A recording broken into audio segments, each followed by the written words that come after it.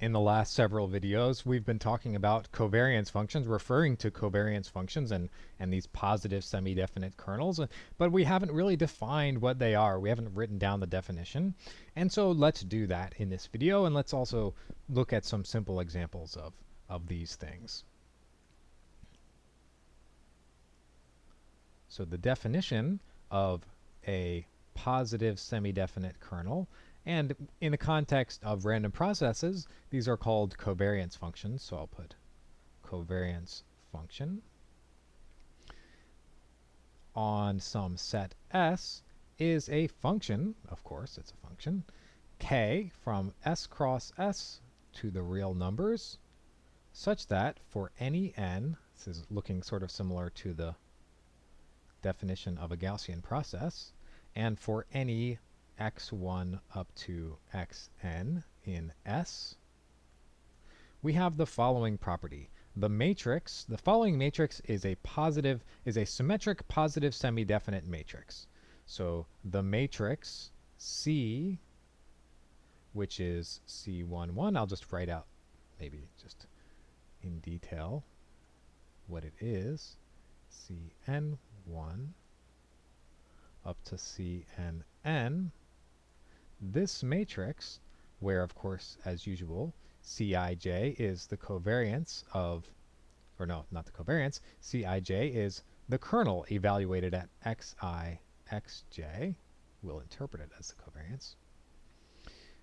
This matrix, so a positive semi-definite blah blah blah, is a function such that for any blah blah blah, C is symmetric positive semi-definite. Or in other words, i.e., it's a covariance matrix. Is a covariance matrix. These are the condition. This is the condition. Any symmetric positive semi-definite matrix is a covariance matrix, and vice versa. So that's what a positive semi-definite kernel or covariance function is. And you can actually generalize this. Or maybe before I generalize it, let's just a little reminder, if you are not, if you don't remember what a positive semi-definite matrix is, then just as a reminder, a symmetric real matrix is positive semi-definite if and only if all its eigenvalues are non-negative, and that's also equivalent to U transpose Cu being non-negative for any real vector U in Rn. So that's just a reminder. And this can be generalized to a more general concept of a positive semi-definite kernel. Usually in this more general case, we don't call it a covariance function because it doesn't really make sense anymore. But if it takes complex values, then the generalization is that this is now, you get this, you form this matrix, and it should be a Hermitian positive semi-definite matrix. And the definition of a Hermitian positive semi-definite matrix, well, symmetric, you know, of course, what symmetric means. That just means that C equals its transpose. And Hermitian, named after Hermite, Hermitian, says that C equals its Hermitian, or in other words, its conjugate transpose. Sometimes people write star, sometimes people write H. I like star a little better. And you take the transpose, and then you take the complex conjugates of the entries. That's the Hermitian. And a Hermitian matrix is positive semi-definite if and only if the same thing for the eigenvalues, or equivalently the Hermitian of U, Cu, is greater or equal to 0 for any U in the complex numbers. Okay, so I just wanted to mention how you generalize that. That's not particularly important for our purposes, because C is always going to be, we're going to, at least for Gaussian processes, interpret this as a covariance matrix. Okay, so what's an example? Well, we have tons of examples so far. We have all of these guys here, all of these things which I defined in the last video, or last couple videos, are covariance functions, or positive semi-definite kernels. So, well, maybe I should say I haven't actually verified it for these last two, at least, but the others are all covariance functions. So these are all examples. And let's actually check it for this first one in the case of d equals 1. That was our very first example of a Gaussian process. When d equals 1, this is just the product. So let's verify that. It's very simple. Let's verify that that indeed satisfies this property. So our first little example here, let me do it in this green color. Green, I wanted green. There we go. So if we take s to be the real numbers, and we take k, x, y to be just x, y, for any two real numbers, x and y, then what do we have? We have to form this matrix, so we get some numbers x1 up to xn. In this case, they're just real numbers. And so this implies that Cij is the covariance matrix, right? That's Cij is the covariance function evaluated at xi and xj, and that is what? It's just xi, xj. Super simple. And if you know your linear algebra, then you will immediately recognize that this means that C equals x transpose, where we interpret x as being the column vector of these numbers. Just x transpose, that little rank 1 matrix. And so now we need to, in order to verify that this is indeed a positive semi-definite kernel or covariance function, we need for this matrix, so these are just some arbitrary x's, we need this to be symmetric positive definite.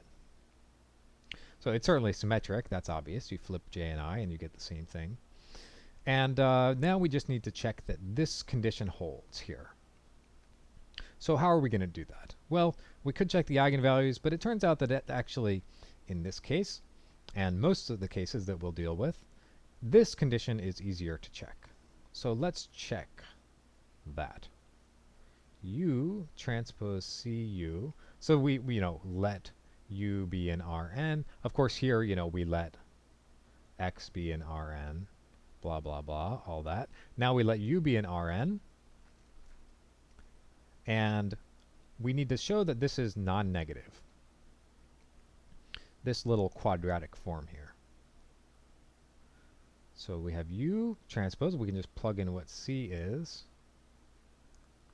And so this is U transpose X, X transpose U. We can X transpose U is just a scalar quantity. It's equal to its transpose. So this is equal to U transpose X squared, which is, of course, non-negative since this is a real quantity. So that just verifies the fact that this is indeed a covariance function. It's a valid covariance function in the sense that it's positive semi-definite kernel. I'm going to show you a few other very interesting kernels or very widely used kernels, and also some tools for making more kernels. But first, I want to explain terminology a little bit here. There is a morass of terminology surrounding these objects. By the way, these positive semi-definite kernels are very elegant mathematical entities in their own right. They're very beautiful mathematics behind these things. And so there's actually quite a history of mathematics, and often when you have that, you have historical usages of terms, and there's disagreement on what the right terminology is. So I want to sort of decode some of the terminology for you because it's really confusing, all the contradictory terminology surrounding these guys. So this will be some remarks on terminology.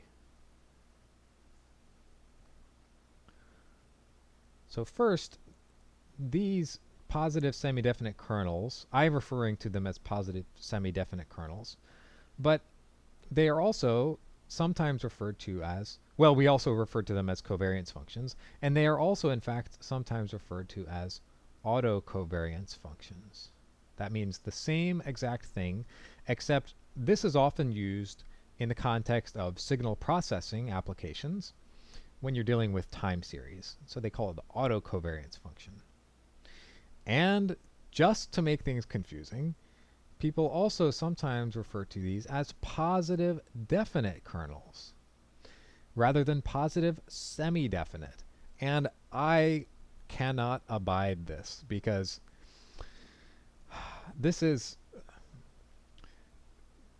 it makes perfect sense to call it a positive semi-definite kernel because each of these matrices is positive semi-definite, right? Why would you call it positive definite kernel? A positive definite kernel should be one for which these are positive definite matrices. So, and yet, sometimes people call it positive definite kernel. So if you see that, just be aware that sometimes what they actually mean is positive semi-definite. Okay, that's first terminology remark, alternate terms for this same thing. Second remark on terminology is that